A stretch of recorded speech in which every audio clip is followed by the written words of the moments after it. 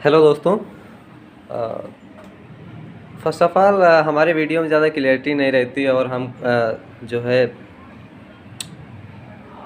36 video बनाते हैं, मतलब 18 अनुपात 9 का नहीं बनाते। देखो, मेरा मकसद रहता है कि अपनी बात को आप तक पहुंचाना।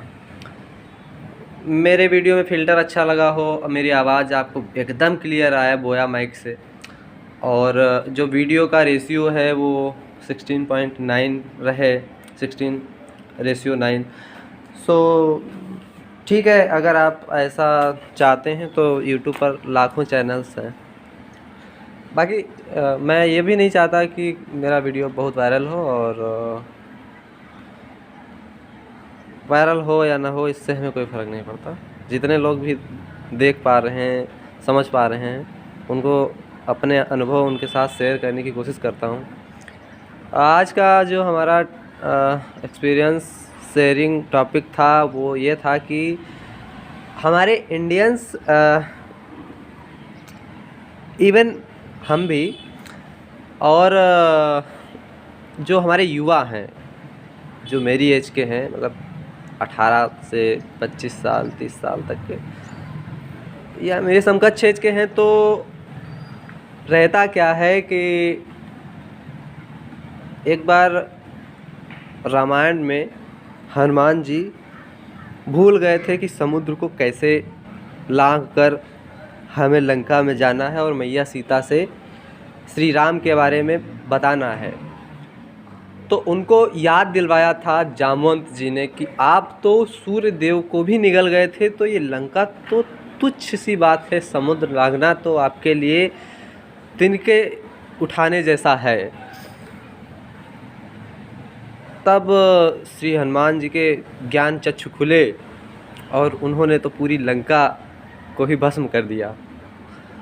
सेम इसी तरीके से हमारे युवाओं में पोटेंशियल बहुत है, एनर्जी बहुत है, लेकिन उनको कोई याद दिलाने वाला जामवंत मिल जाए, उनकी डायरेक्शन को सही दिशा में पहुंचाने के लिए वो ऐसा काम करे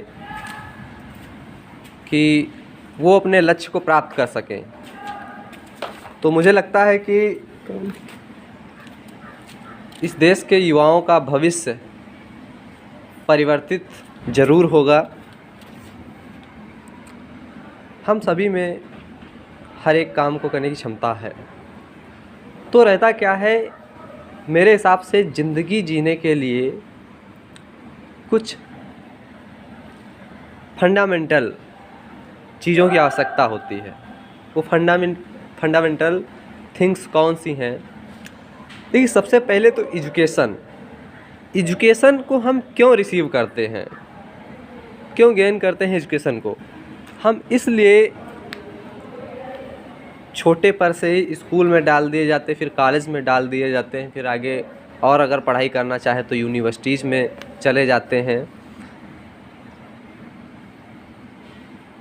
देखो, मैंने पहले भी एक वीडियो में बताया था कि जो कक्षा 10 तक की पढ़ाई है उसमें कुछ ऐसा नहीं सिखाया जाता है जिससे आप किसी विशेष काम को कर सकें।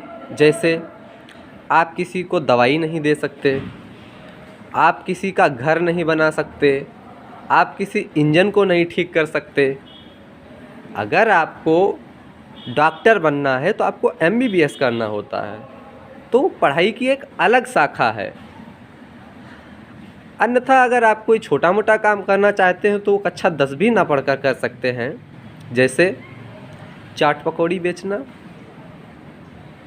किसी कॉलेज में चपरासी का काम करना, किसी चप्पल फैक्ट्री में चप्पल बनाना, किसी कपड़े फैक्ट्री में कपड़े का धागा काटना, किसी खेत में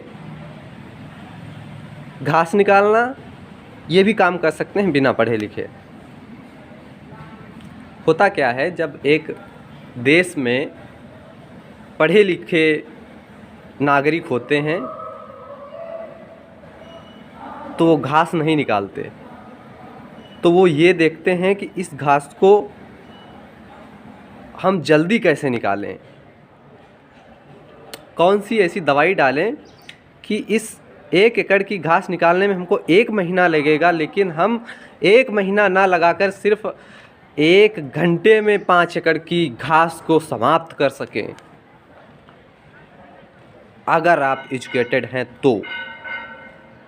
और ये एजुकेशन कक्षा 10 के बाद में आपको नहीं मिलेगी, जब तक आप ग्रेजुएशन, पोस्ट ग्रेजुएशन और जो करना चाहते हैं उसमें विशेष स्टडी नहीं करेंगे तब तक। तो सबसे फंडामेंटल चीज़ यही है कि एजुकेशन और स्किल, आपके पास कोई ना कोई स्किल ज़रूर होनी चाहिए जिससे आप अपना जीवन यापन कर सकें। और पैसा, अगर आपको पैसा विरासत में मिला है तब तो ठीक है, तब आप उस पैसे से निवेश करके पैसा कमा सकते हैं। उसके लिए भी आपको नॉलेज की आवश्यकता है, अन्यथा आपको स्किल या एजुकेशन का सहारा लेना पड़ेगा। समझ रहे हैं? हाँ, मेरे ये बैकग्राउंड पे और ये वीडियो क्वालिटी पे मत जाइए। अगर मेरी आवाज़ आपको सुनाई पड़ती है तो बस इतना काफ़ी है। समझ रहे हैं? ये मेरा वीडियो खड़ा क्यों है। बाकी तो यूट्यूब पर वीडियो जो होते हैं वो 16:9 के होते हैं। तुम्हारे वीडियो में क्लियरिटी नहीं आ रही है, इस पे मत जाइए। मेरा मकसद है सिर्फ मेरे अनुभव आपके साथ शेयर करना, ठीक है। दूसरा यह होता है कि मनुष्य अपनी सेस्टिफाइज, मतलब अपनी अंतरात्मा को सुनने के लिए वो चाहता है कि किसी प्रेम बंधन में उसके अपोजिट जेंडर का, मैं सिर्फ लड़कों के लिए नहीं कह रहा हूँ, लड़कियां हैं तो उनके अपोजिट जेंडर का लड़का, लड़का है तो उसके अपोजिट जेंडर की लड़की, उसका संबंध हो। ये संबंध भी आजकल कई प्रकार के होते हैं। अभी तो आजकल के ही नहीं, जन्म जन्मांतर से ही डिफरेंट टाइप के हुए हैं।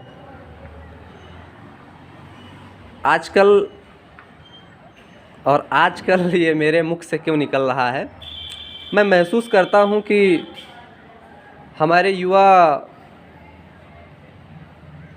प्रेम शब्द का गलत इस्तेमाल कर रहे हैं। दरअसल उन्हें प्रेम नहीं, हवस कहना चाहिए। हवस, वासना कुछ नहीं है। किसी सुडौल देह की लड़की को जाते हुए आपको अगर वो दिखी तो उससे आपको प्रेम हो जाता है, लेकिन किसी लंगड़ी, किसी अंधी, एकदम काली बदसूरत लड़की से आपको कभी प्रेम नहीं होता है। यह कैसा प्रेम है? ये प्रेम का न मात्र अपोजिट बल्कि इनेमी भी है, दुश्मन। खैर, हालांकि ऐसा सभी नहीं होते हैं कि सभी वासना या हवस के पुजारी होते हैं, लेकिन हाँ, मैंने ज़्यादातर केसेस में देखा है ऐसा। मेरी भी उम्र अब 19-20 साल हो रही है, तो मुझे भी अब कुछ अनुभव होने लगे हैं, तो मैं सोचता हूँ क्यों ना आपके साथ शेयर करूँ। अच्छा, मेरा कनेक्शन अब कैमरा के साथ बहुत अच्छा हो गया है। जितनी सहजता से और अपनेपन से मैं किसी अपने ख़ास मित्र से बात करता हूँ, सेम उसी हिसाब से मैं कैमरे के सामने बात करता हूँ। मुझे ऐसा लगता है कि आप मेरे सामने हो। तो बस मैंने आपके लिए ये वीडियो इसीलिए बनाया था ताकि आप मेरी बातों को सुनें।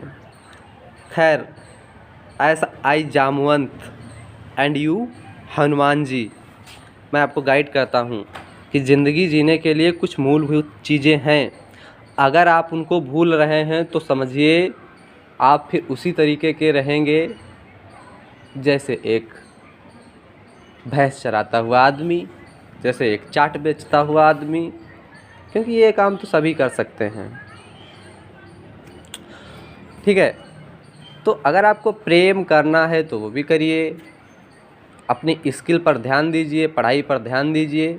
आपके पास बहुत पैसा है तब भी आप स्किल पर ध्यान दीजिए।